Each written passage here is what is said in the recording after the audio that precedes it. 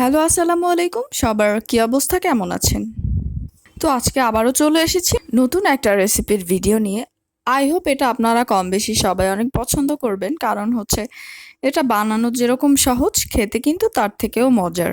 তো আজকে করে দেখাচ্ছি খুব সহজে বেগুনের টক। তো প্রথমেই আমি এখানে একটা ফ্রাই প্যানে তাতে সামান্য তেল দিয়ে বেগুনগুলো ভেজে নিব। বিলিভ মি, এই বেগুনের তরকারিটা খেতে এত বেশি মজা যে হয় না যে অনেক সময় দেখা যায় যে আমাদের খাবারের প্রতি অনীহা ধরে যায়, আবার হচ্ছে যে ক্ষুধা লাগে না, আবার মাছ মাংস খেতে মন চায় না। তো সেক্ষেত্রে আমরা অনেক অনেক সময় অনেকেই বলি যে একটু ভর্তা হলে ভাত খাওয়া যাবে, এরকম একটা ব্যাপার স্যাপার থাকে।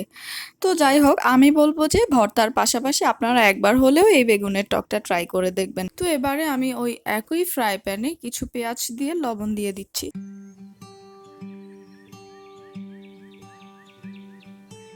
All of the branches are budding new. এভাবে কিছুক্ষণ ভেজে নিচ্ছি। তো হালকা ব্রাউন কালার চলে এসেছে, এবারে আমি এই পর্যায়ে দিয়ে দিচ্ছি আদা রসুন বাটা। আমি এখানে আরও 2 মিনিট পেঁয়াজটাকে ভালো করে ভেজে নিচ্ছি, যাতে করে আদা রসুন বাটার কাঁচা স্মেলটা চলে যায়। Are budding new leaves. My neighbor's grandchild is begging him, please. সামান্য পানি অ্যাড করে দিচ্ছি যাতে করে মশলাটা পুড়ে না যায়। এবারে আমি সবগুলো উপকরণ একে একে অ্যাড করে দিচ্ছি, যেমন হচ্ছে হলুদ গুঁড়ো, মরিচ গুঁড়ো, ধনিয়া ফাঁকি, দিয়ে দিচ্ছি জিরের গুঁড়ো। এখন সবগুলো উপকরণ একটু ভালোভাবে মিশিয়ে নিব। এভাবে মশলাটা কিছুক্ষণ কষিয়ে নিব। Neighbor's grandchild is begging him, please come outside. তো আমি এখানে আরো একটু পানি অ্যাড করে দিচ্ছি। এবারে দিয়ে দিচ্ছি কাঁচামরিচ। এখানে একটা কথা বলে রাখি, এই বেগুনের টকটাতে একটু ঝাল হলে কিন্তু স্বাদটা দ্বিগুণ বেড়ে যায়। এবারে এই পানি থাকতে থাকতেই আমি এবারে ভেজে রাখা বেগুনগুলো দিয়ে দিচ্ছি, কারণ হচ্ছে এই রান্নাটাতে আমি আর এক্সট্রা কোনো পানি অ্যাড করব না। এবারে জাস্ট 2 মিনিটের জন্য একটু ঢেকে দিচ্ছি।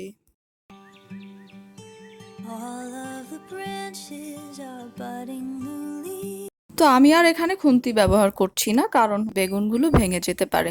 তো সেক্ষেত্রে আমি জাস্ট ফ্রাই প্যানটাকে ধরে একটু নাড়াচাড়া করে দিচ্ছি। তো এবারে আমি অ্যাড করে দিচ্ছি এই রান্নার মেইন উপকরণ, সেটা হচ্ছে তেঁতুল। তো আমি জাস্ট এখানে সামান্য তেঁতুল নিয়ে তাতে অল্প পরিমাণে পানি অ্যাড করে দিয়ে এটাকে ভালো করে গুলিয়ে তারপরে এখানে দিয়ে দিয়েছি। আমার রান্নাটা কিন্তু প্রায় হয়ে এসেছে। অ্যাড করে দিচ্ছি কুচি করে রাখা ধনিয়া পাতা।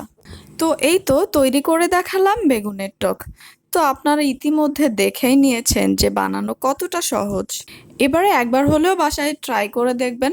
আমরা অনেকেই আছি যারা কিনা বেগুন একেবারেই পছন্দ করি না। তারা একবার হলেও এই রান্নাটা করে দেখবেন, দেখবেন যে আপনাদের পছন্দের তালিকায় চলে আসবে বেগুন। আজকের মতো এই পর্যন্তই। সবাই ভালো থাকবেন, সুস্থ থাকবেন এবং আমার পেজের সাথেই থাকবেন। আল্লাহ হাফেজ।